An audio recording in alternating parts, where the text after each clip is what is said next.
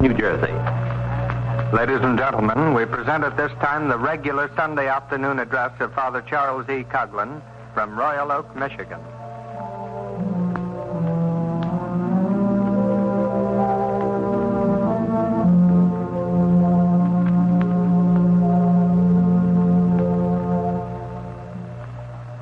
Good afternoon, ladies and gentlemen. Once again, it is my privilege to introduce another in this series of our programs brought to you each Sunday afternoon and to present to you your spokesman, Father Coughlin. Ladies and gentlemen and friends,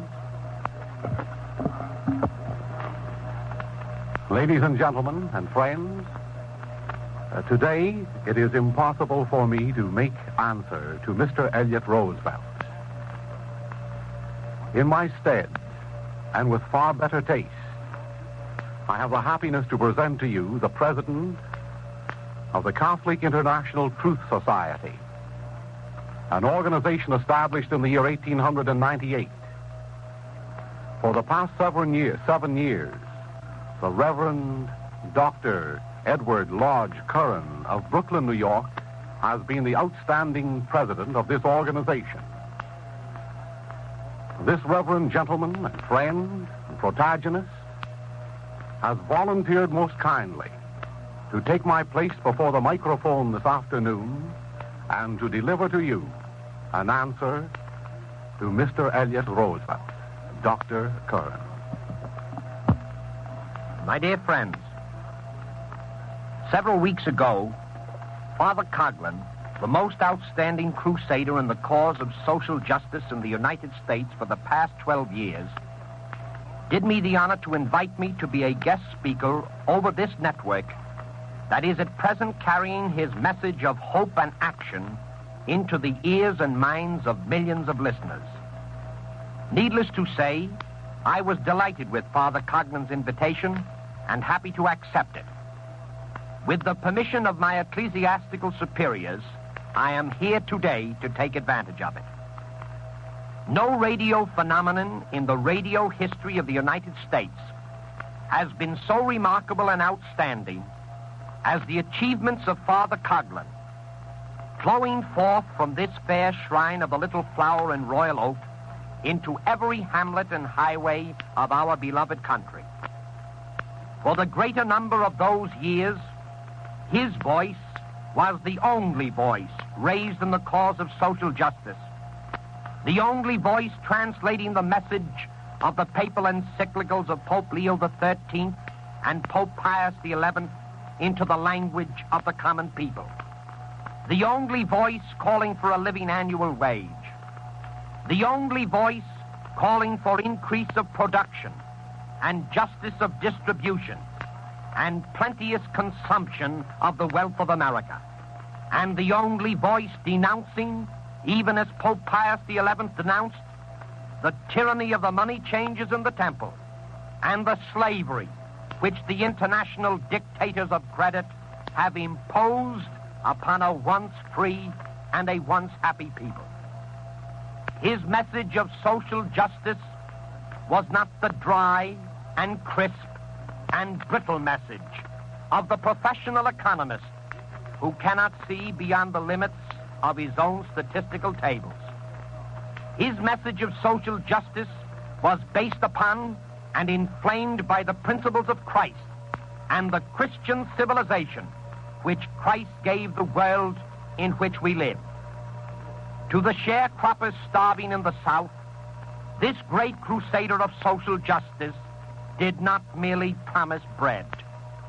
He spoke of well-filled harvest fields, but he also spoke of the wind-swept uplands that lead to God. To the poor and suffering everywhere, he did not merely speak of relief. Relief should be but a transitory inn on the way to home. He denounced the starvation wages paid by government to those unemployed without any fault of their own, but he also spoke of love of God and love of neighbor and confidence in the spirit of a united Americanism. A regimental radical with such an audience would have plunged this country into the throes of civil warfare. A crusader of social justice such as he, vibrant with the social justice teachings of Christ, restrained men from disaster and despair. For these things, the common people of the United States owe Father Coughlin an undying debt of gratitude. His mind appreciated their thoughts. His heart was attuned to the beatings of their hearts. His vision illumined their souls. His voice was an echo of hope in a desolate land. Like all human beings, Father Coughlin is liable to err, but no one can ever take away from him the glory of these accomplishments. By instructing the common people of America in the fundamental principles of Christian ethics and economics, and by preserving the common people of America from the ravages of communism that would turn these United States into a slave state on the model of Soviet Russia, his place is secure in the hearts of his countrymen, irrespective of race or rank or religion. In the beginning, his voice was almost the voice of one crying in the wilderness. Today, it is a voice upon which millions of the common people of America, Catholics and Protestants and Jews, depend for a knowledge of economic facts and for an inspiration to lead them to the promised land of peace and plenty. No other private citizen of America commands the radio audience which he does. Some 50 stations are in his network. He is no longer an isolated voice. Millions are in agreement with him in the fight to preserve Christian civilization in the United States of America. Millions are with him in the effort to keep the United States out of war. Millions are with him in the fight to break the money monopoly that brought these United States to its knees in an economic depression, and that would bury these United States of America in a totalitarian grave. He is a believer in racial and religious tolerance. He strikes indiscriminately at every enemy of our country's welfare, irrespective of the race or religion to which this enemy belongs. No effort on the part of intolerant liberals has been able to silence his radio voice, and for the sake of freedom and liberty, no effort on the part of these same intolerant liberals to silence his voice must ever succeed. As a believer in social justice, as a friend and fellow priest, and as a fellow opponent of all dictatorships and all persecution, I am happy to appear before Father Coughlin's radio audience. Thus, I feel in duty bound to reply to one of the most false and fictitious assaults ever made against Father Coughlin in recent years. If the attack against Father Coughlin were made by an unknown citizen, it would be useless to waste radio time in answering it. The attack to which I refer, however, was made Saturday night a week ago by a man whose name is Elliot Roosevelt, and who happens by circumstance of birth to be a son of the President of the United States. Irrespective of the presence or lack of argument in his attack, Elliot Roosevelt knows full well that his false and unwarranted denunciation of Father Coughlin will receive more attention from the fact of his relationship with the President than it would have coming out of the mouth of an ordinary speaker or commercially paid news commentator. In fact, it is doubtful if Elliot Roosevelt would ever be on the air in the guise of a speaker if he were not in the radio business and if he were not the son of the President of the United States. Therefore, such an attack should be answered logically, objectively, and in a spirit of Christian charity, a spirit which is strangely lacking in the thoughts and wording of the Rooseveltian attack. Moreover, if the attack on Father Coughlin by Elliot Roosevelt had been limited to Mr. Roosevelt's own personal opinions about the wisdom of Father Coughlin's policies or the principles of social justice, not one of which Mr. Roosevelt saw fit to repudiate, it would be useless to spend these precious moments in reviving a family feud. Elliot Roosevelt, however, demanded the punishment of censorship for what he was pleased to call the anti-Semitic oratory of Father Coughlin. This is strange language for a national radio broadcaster in the United States. This is strange language for a supposed liberal. This is strange language for a New Dealer, for censorship is the bugaboo of all liberals. It is the relic, so we are told, in the liberal trash that goes by the name of literature in this country of the Dark Ages. The truth is that this New Deal dynasty, not satisfied with having attempted a purge of senators, is now trying to purge all citizens who dare criticize the New Deal experimentations. The accusation that Father Coughlin has been anti-Semitic in his oratory is a strange charge. It was accompanied by no proof. It was substantiated by no facts. It was just a rehash of what is being said by the leftist leaders of this country, who think no charge too low or too unworthy if it succeeds in smearing the object of its attack. Mr. Roosevelt should remember that an accusation is not proof, and that an indictment is not a conviction. It were more intelligent had Mr. Roosevelt emulated the methods of any thinking man who presumes to attack or criticize. Submit your proof, if you have any, Mr. Roosevelt, of Father Coughlin's supposed anti-Semitic radio broadcasts. Liberty of speech is the cornerstone of all political liberty. He who would tamper with or destroy that liberty of speech is therefore anti-American. And by professing publicly his desire to rid the airways of Father Coughlin's voice, Mr. Roosevelt indicated one of two things. Either he and the group with which he is associated cannot stand criticism, or else the members of that group, including himself, fear the peering rays of the lamp of truth.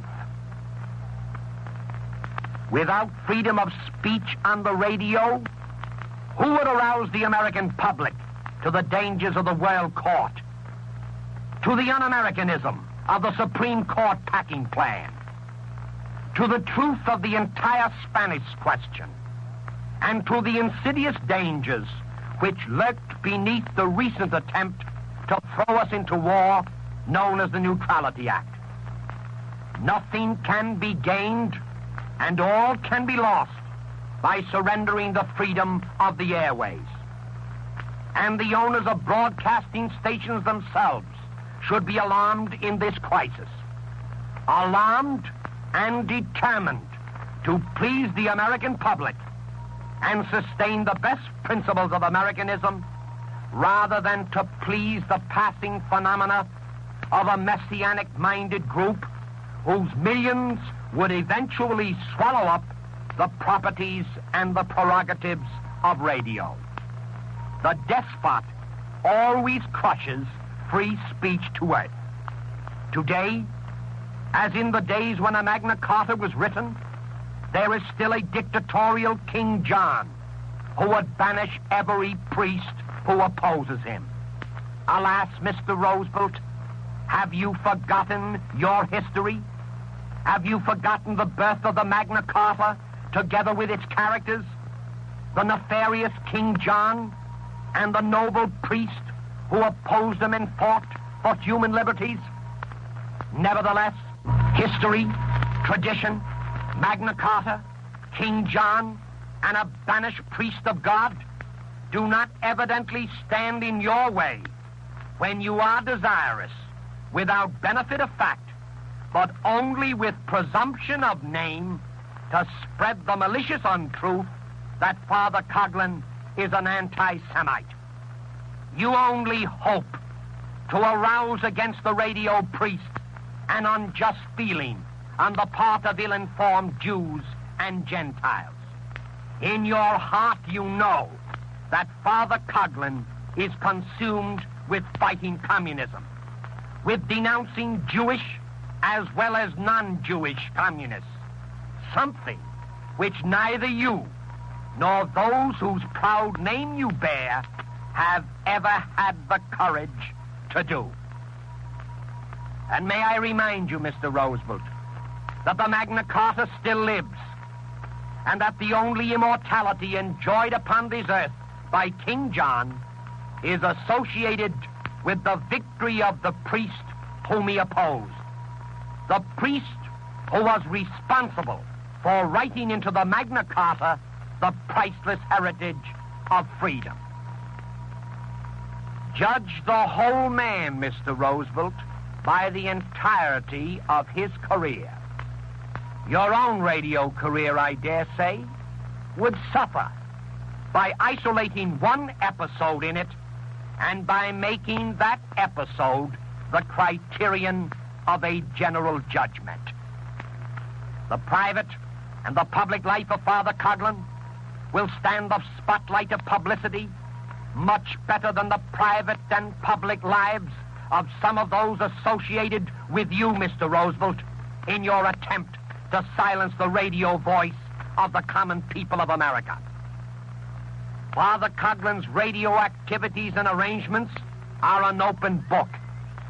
He is on the air because the common people want him there.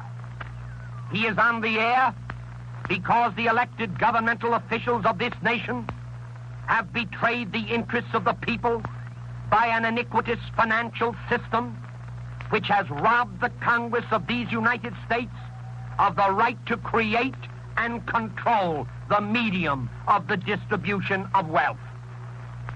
He has nothing to hide about his radio activities or about the business aspects of any movement in which he may be interested. He has never made a single cent of personal profit because of his radio activity, because of his blood relationship, or because of his position. He belongs to no family dynasty whose accumulated wealth under the present administration is a sad contrast to its preachment of interest in the starving one-third of America. He holds no whip of patronage, and he fears no whip of censorship. For well he knows that just as the Congress of the United States is arising to break forever the whip of patronage and to save America from the continuation of a family dynasty in power, so will the people rise in their might to break the whip of censorship which a member of that same family dynasty would use to drive Father Coughlin off the air. Father Coughlin, Mr. Roosevelt, is a tribune of the American people, interested in the preservation of Americanism and in the inauguration of a Christian regime of social justice. Mr. Roosevelt, you are the son of the President of the United States, paid for your broadcasts and interested in the profits which may accrue to you while the Roosevelt dynasty rides high in Washington and throughout the country. Mr. Roosevelt's implied denunciation of anti-Semitism is commendable. It is not, however, unique. Every real American citizen is opposed to anti-Semitism and to anti-Protestantism and to anti-Catholicism as well. Anti-Semitism means persecution of the Jew because he is a Jew. That type of persecution should not exist in the United States of America. We challenge Mr. Roosevelt to prove Father Coughlin personally guilty of it. Anti-Protestantism means persecution of a Protestant because he is a Protestant. That type of persecution should not exist in the United States of America. We challenge Mr. Roosevelt to prove Father Coughlin personally guilty of it. Anti-Catholicism means persecution of the Catholic because he is a Catholic. That type of persecution should not exist in the United States of America. We challenge Mr. Roosevelt to prove Father Coughlin personally guilty of it. For the past 150 years, the federal government has never been guilty of anti-Semitism, anti-Protestantism, or anti-Catholicism. We cannot say the same for the constituent states or for isolated groups of fanatics. Persecution of Jews and Negroes and Catholics has existed in the United States during the past century and a half. Never once, during the hectic days of unofficial intolerance, have Catholic clergymen in this country been listed on the side of the persecutors. Be this said to their honor and their pride. Mr. Roosevelt's implied denunciation of anti-Semitism is not merely commendable, it is also strange. Moreover, it is a bit too late. Where were you, Mr. Roosevelt, when an acknowledged former member of the Ku Klux Klan was appointed a justice of the United States Supreme Court? You knew the history of the Ku Klux Klan in this country. You knew, or you should have known, of the midnight riots and the burning of crosses and the terrorization of whole countrysides by bigots who sought to bury their identities in a nightshirt. You knew how Jew and Catholic and Negro were marked for attack by the Constitution and activities of the KKK. You knew the racketeering history of this anti-American organization. You knew, as everyone else did, of the KKK's terroristic campaign against Jew and Catholic and Negro alike. Where was your voice when United States senators asserted that they would not have voted to approve the appointment had they known before they voted of the candidate's former membership in the KKK? The Jews, the Catholics, and the Negroes of America did not then have the comfort of either the direct or indirect Rooseveltian criticism of the appointment of a former Klansman to one of the highest offices within the gift of the American nation. Rather, your family name supported that appointment. We Catholics, Mr. Roosevelt, all of us unitedly, make no distinctions in our denunciation of persecution. We are against all persecutors and against all persecution. We denounce any persecution of the Jew because he is a Jew. We denounce any persecution of the Protestant because he is a Protestant. We denounce any persecution of the Catholic because he is a Catholic. We are against the persecutions of Nazi Germany and the persecutions of communistic Russia. We were against the persecutors of Christians in Red Loyalist Spain. Where again, Mr. Roosevelt, was your voice and family prestige when the troops of Red Loyalist Spain butchered Catholic men, women, and children by the tens of thousands? Where was your voice and family prestige when Fernando de los Rios, the representative of the government of Red Loyalist Spain, received comfort and support at the hands of many in the official life of Washington? Where was your voice and family prestige, Mr. Roosevelt, when the Red government of dictator Stalin in Soviet Russia liquidated millions of poor, helpless peasants in the Ukraine? Where was your voice and your family prestige, Mr. Roosevelt, when the Mexican government persecuted Catholics a decade of years ago? Your sudden denunciation of anti-Semitism is too opportunistic and too sudden to awaken our admiration now. I have in my hand a transcript of the broadcast which Mr. Elliot Roosevelt delivered against Father Coughlin on the night of Saturday, July 15th. I shall limit my reply to a discussion of two phases of Mr. Roosevelt's attack. The first has to do with radio censorship, which Mr. Roosevelt believes should be invoked against Father Coughlin. I read from the transcript. I am not exactly satisfied with the new radio code, says Mr. Roosevelt, because it is censorship, and I dislike censorship in any form.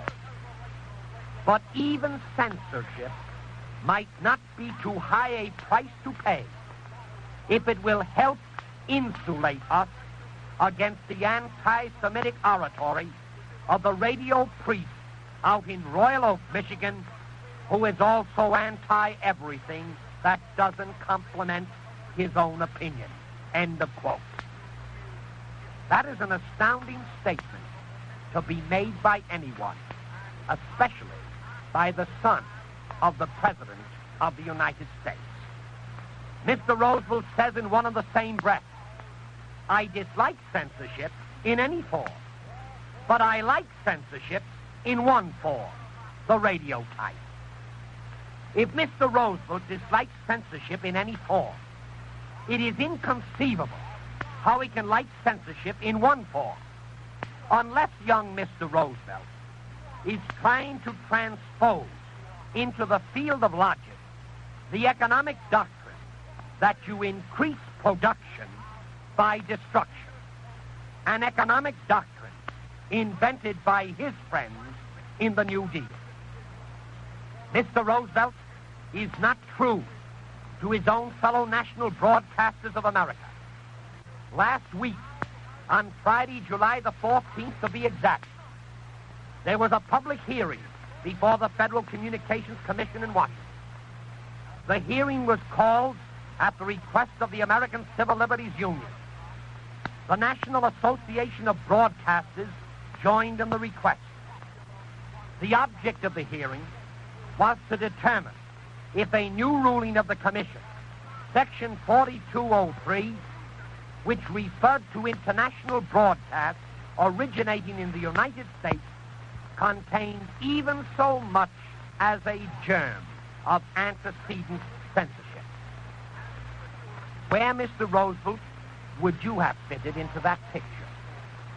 Your statement that you like censorship in one form absolutely denies your statement that you dislike censorship in any form. You would have found yourself opposed to the Federal Communications Commission, to the leftist American Civil Liberties Union, and to the rightist National Association of Broadcasters. Either you believe in antecedent censorship or you do not believe in antecedent censorship. There is no middle ground in this matter. Blinded by your uncharitable bitterness towards Father Coughlin, Mr. Roosevelt, you have placed yourself on the unenviable and un-American spot, proclaiming that the object of your pet hatred should be censored, but that all other objects of your love and admiration should not be censored. This is a denial of freedom of speech to which Father Coughlin has just as much right as you yourself. Perhaps by now, if you are listening, Mr. Roosevelt, you have included me in the list of those who should be denied the use of the radio by the process of antecedent censorship because I have presumed to defend Father Coughlin against your unwarranted and uncharitable attacks. I shall now take up the charge of anti-Semitism which Mr. Roosevelt has made against Father Coughlin. The wild charges of anti-Semitism which fill the horizon with rainless clouds is part and parcel of the leftist campaign in this country to distract attention from leftist penetration and progress.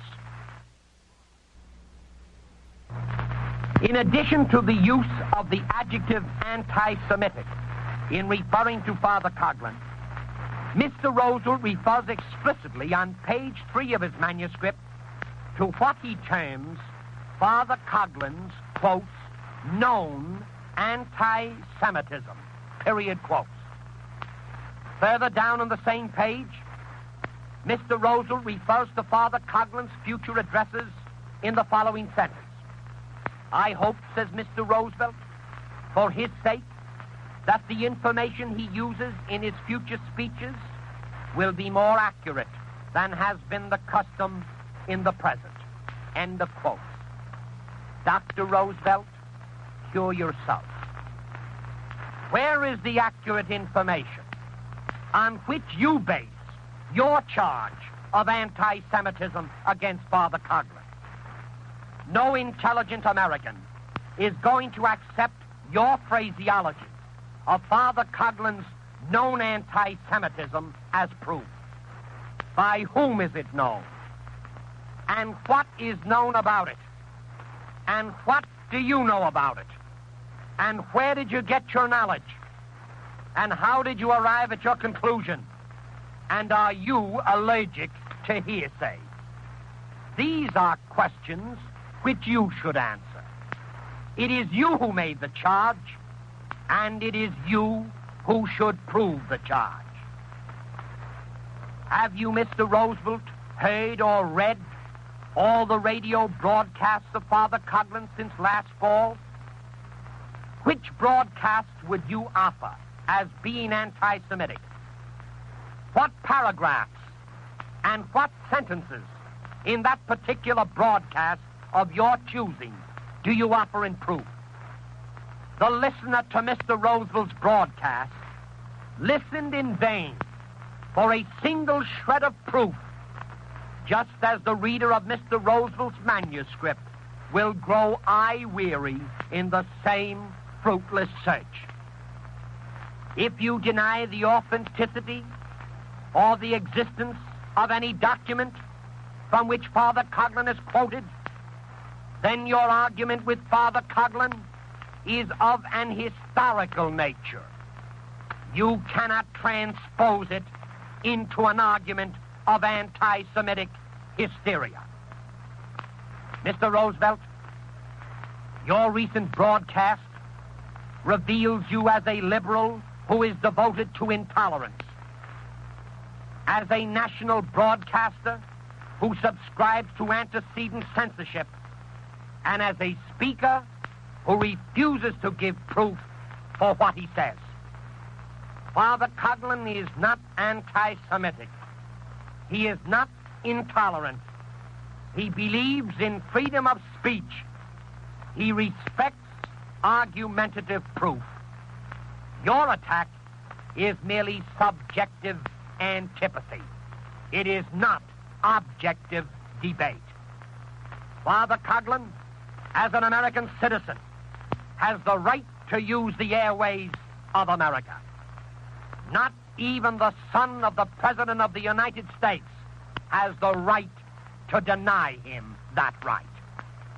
The injustice, the uncharitableness, and the illogic of Mr. Elliot's attack on Father Coughlin condemns it in its entirety. When the weight of an entire attack has been broken, one can ignore the little pebbles that were thrown in the course of the attack. Mr. Roosevelt's demand for Father Coughlin's removal from the air by the enforcement of strict censorship in his regard is un-American. Mr. Roosevelt's unproven charge that Father Coughlin is anti-Semitic is likewise un-American. The un-American attack of Mr. Elliot Roosevelt against Father Coughlin therefore crumbles by his own weight. His other statements concerning the activities of Father Coughlin have been answered by Father Coughlin himself on numerous previous occasions. As peace abroad, as far as the United States of America is concerned, is definitely bound up with the retention of the embargo on arms and ammunition in all neutrality legislation, so peace at home will be increased by a united American repudiation of the smearing campaigns in which the communistic enemies of our American democracy are constantly indulging. The communistic strategy is very clever. It is very shrewd. It is very diabolical. No communist will meet the arguments of an anti-communist either publicly or in private. Ignore your opponent's arguments. That is the first step in the strategy of communism. Smear your opponent's reputation. That is the second step. As part and parcel of the communist smear campaign throughout this country, every American anti-communist has been dubbed a fascist in the leftist press. No proof is ever offered to substantiate the title imposed by these communistic enemies of our American democracy upon those who oppose them. The latest smear title in communist strategy is to label every anti-communist an anti-Semite. Again, no definition of anti-Semitism is offered by the communistic enemies of our American democracy, and no proof of the charge is ever forthcoming. The tragedy of the matter is the gullibility with which the smear title is adopted by intelligent readers of our American press. Men and women who would resent name-calling against themselves or their families without proof find no difficulty in taking at face value the smears with which communist leaders and agitators try to have anti-communist and American leaders repudiated by their own. No Catholic priest that I know of is anti-Semitic.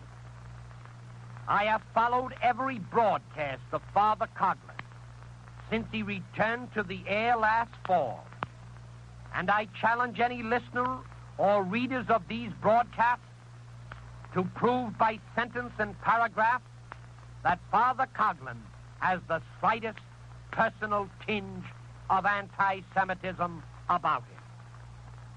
The charge of anti-Semitism has been part and parcel of the communistic campaign to militate against the anti-communist campaign of Father Coughlin and of other anti-communist leaders throughout this country.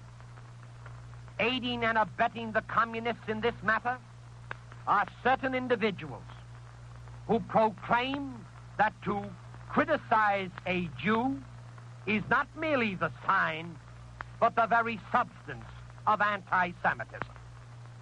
No real American Jew resents criticism any more than criticism is resented by any real American Christian. Only certain leaders who have no other way of crowding their temples on the Sabbath try to twist bona fide criticism of the actions of some Jewish leaders into a libel on the Jewish race or into an act of anti-Semitism. When some years ago, Father Coughlin criticized the monetary policies of a certain leading Protestant, he was not labeled an anti-Protestant. When some years ago, Father Coughlin criticized the monetary policies of a certain leading Catholic, he was not labeled an anti-Catholic. But when some years ago, Father Coughlin criticized the monetary policies of a certain leading Jew, he was labeled anti-Semitic. Wherein lies the difference? Are Christians the only ones to be held up to criticism in this country? Is one forbidden to criticize a Jewish personality or a Jewish movement under penalty of being labeled anti-Semitic? Real American Jews repudiate this bigoted attitude and propaganda on the part of some of their self-exalted rulers.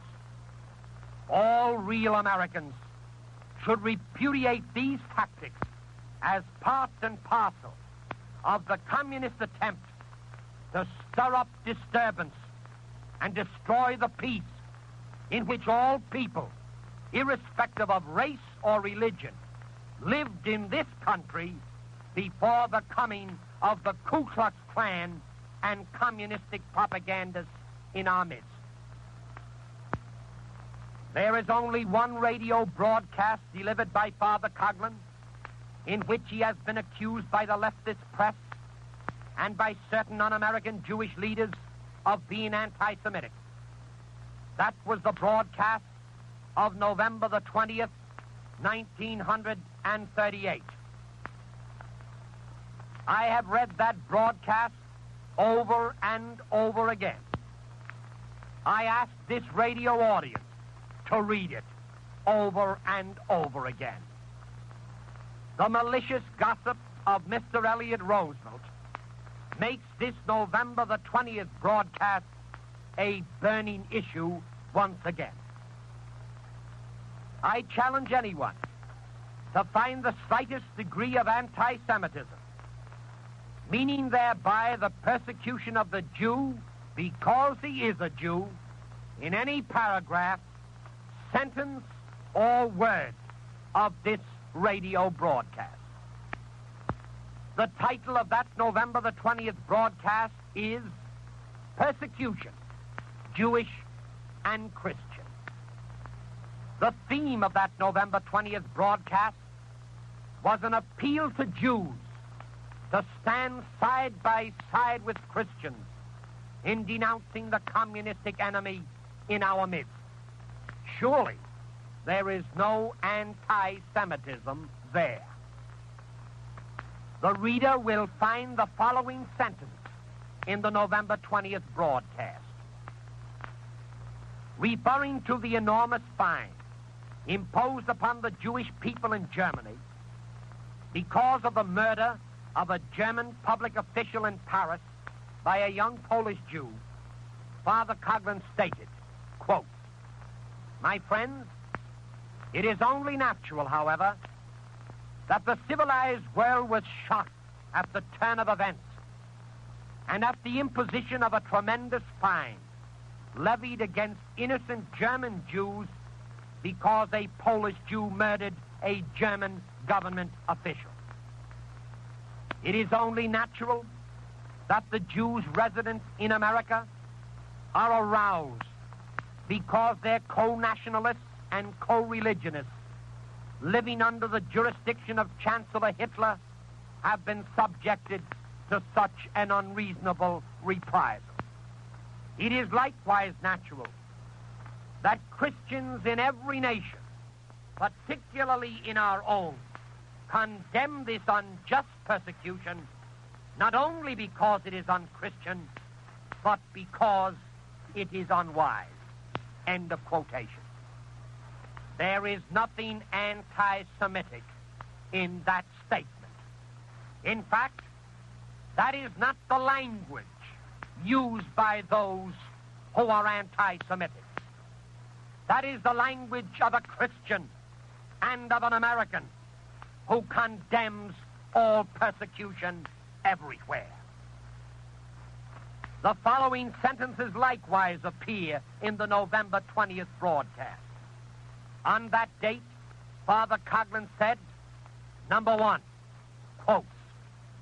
I ask you, should not all good men, Jew and Gentile, Catholic and Protestant, Christian and non-Christian, coordinate their forces to restore sanity, peace, and justice to an era which for its ferocity, its barbarism, and its hatred has outstripped the Diocletians, the Neros, and Torquemadas of old?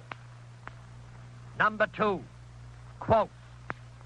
Therefore, we are in hearty accord with our government, which has seen fit to recall its ambassador from Germany for the purpose of discussing the injustice of a government which has been challenged for persecuting the Jews.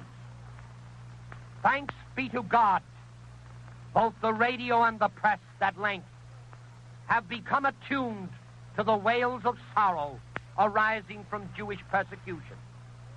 May these notes rise in rapid crescendo until a symphony not of hate but of love, not of protest but of determination, fills the heart of every human being in America. May every honest Jew, every God-fearing Jew, as well as every honest and God-fearing Christian, find themselves cooperating in this common objective. End of quotation. There is nothing anti-Semitic in these statements. Once again, these are not the thoughts and not the language of the anti-Semite. The only Jews condemned by Father Coughlin in his broadcast of November 20th were the atheistic and communistic Jews who have no interest in the preservation of our American democracy. There is no anti-Semitism involved in such denunciation any more than there was any anti-Christianity in Father Coughlin's broadcast of November 13th, wherein he denounced Christian leaders and Christian individuals who were false to the social justice teachings of Christ. If it were not anti-Christian to single out fallen away Christians for attack in the broadcast of November the 13th, then it was not anti-Semitic to single out fallen away Jews for attack in the broadcast of November the 20th.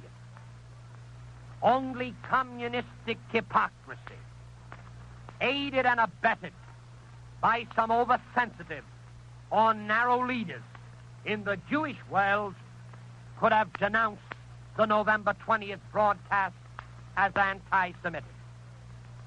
Father Coughlin, like every priestly leader in this country, is the friend of all real Jews, of all real Protestants, and of all real Catholics. Objection to the authenticity or disagreement with the contents of the historical documents in the November 20th broadcast must not be used to substantiate the charge of anti-Semitism that has been leveled against it. One hopes that one can disagree with a Jewish gentleman about the authenticity of an historical document without being hysterically labeled an anti-Semite. The entire Protestant and Jewish population of this country should unite with the entire Catholic population in denouncing those leaders and those members in their midst who show the slightest allegiance to Nazism, fascism, and communism. The entire Protestant and Jewish population of this country should join with the entire Catholic population in denouncing anti-Semitism, anti-Protestantism, and anti-Catholicism alike. The entire Protestant and Jewish population of this country should join with the entire Catholic population in denouncing all persecutors and all persecutions. The persecution of Jews and the persecution of Christians. The persecution in Soviet Russia and Germany and Mexico. By so joining, a united America will deal a death blow to the communist smearing campaign of lies.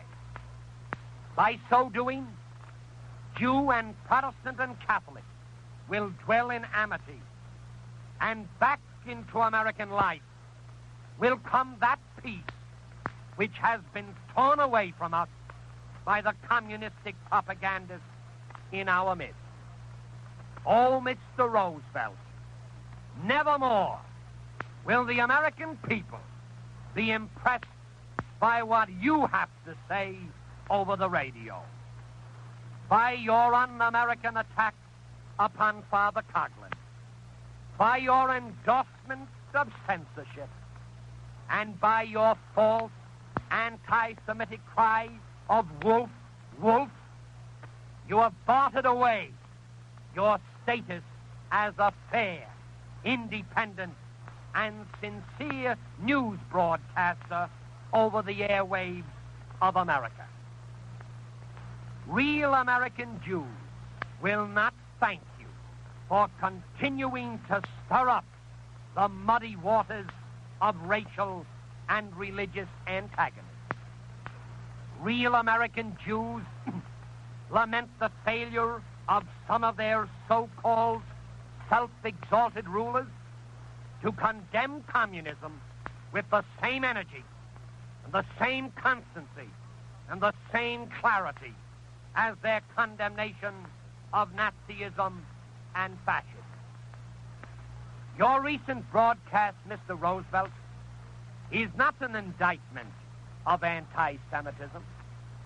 The purpose of your recent broadcast was to incite animosity and to invoke penalties against a Christian leader who professes and practices Christianity and who espouses the cause of Christian social justice from which no real American, Jew or Protestant or Catholic, has anything to fear in these United States of America.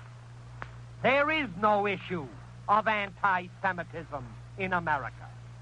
There is only the negative triune issue of anti-fascism, anti-Nazism, and anti-communism. There is only the positive triune issue of peace, Americanism, and social justice.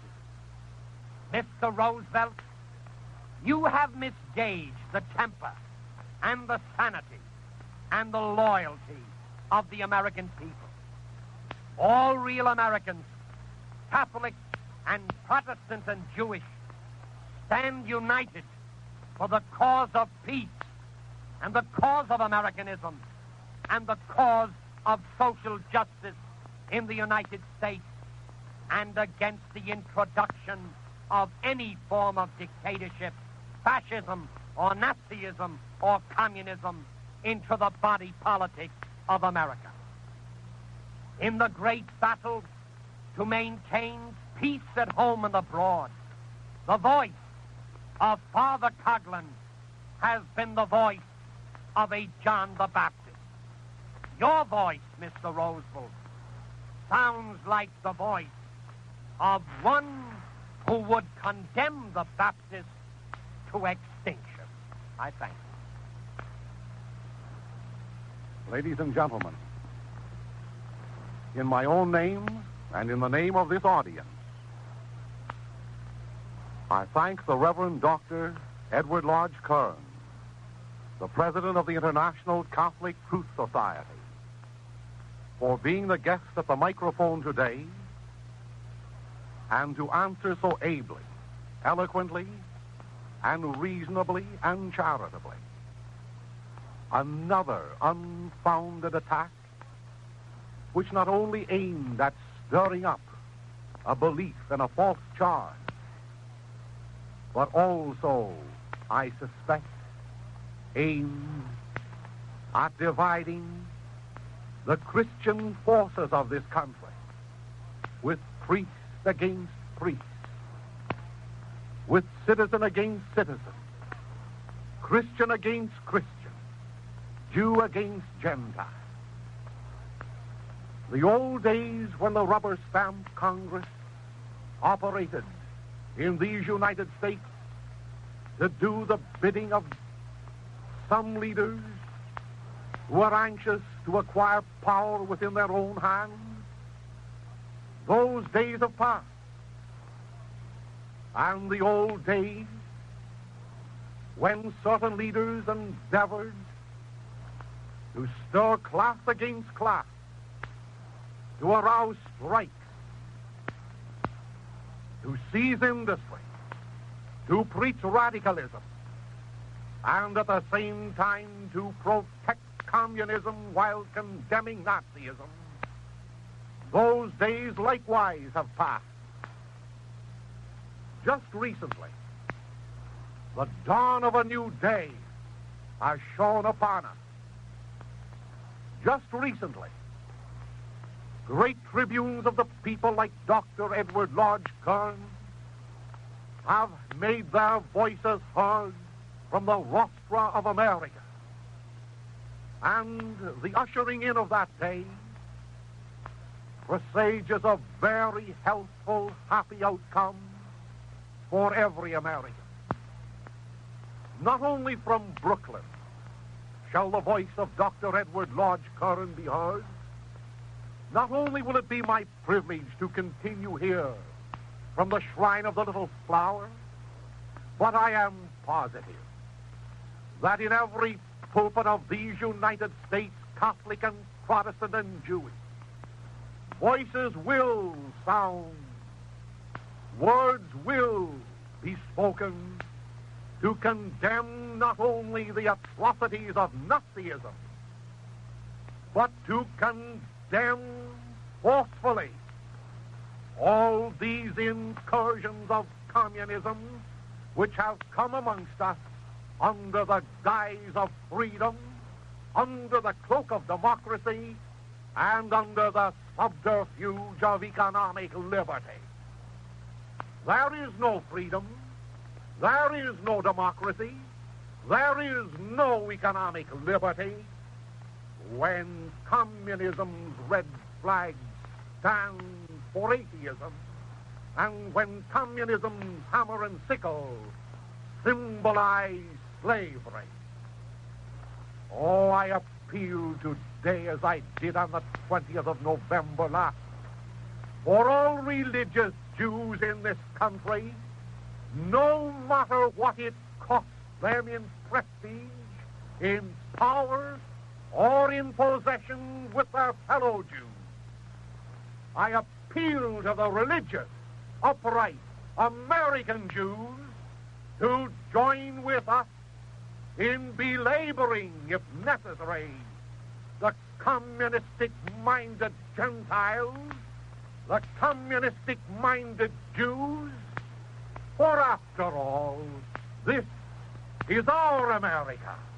After all, this is the country where from Palestine, where from Asia, where from Europe, there have come here various races to mingle in the melting pot the best that their ancestors have held, and have come here to live in peace.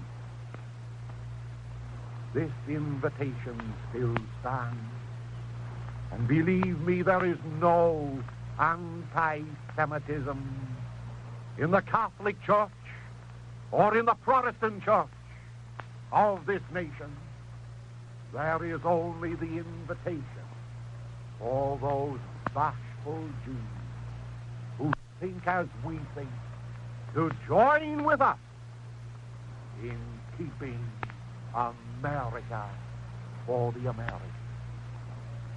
Again, my friends, I thank Dr. Curran in your name. And I invite you to write to me this week. I will be happy to send you a copy of Dr. Curran's address. God bless you.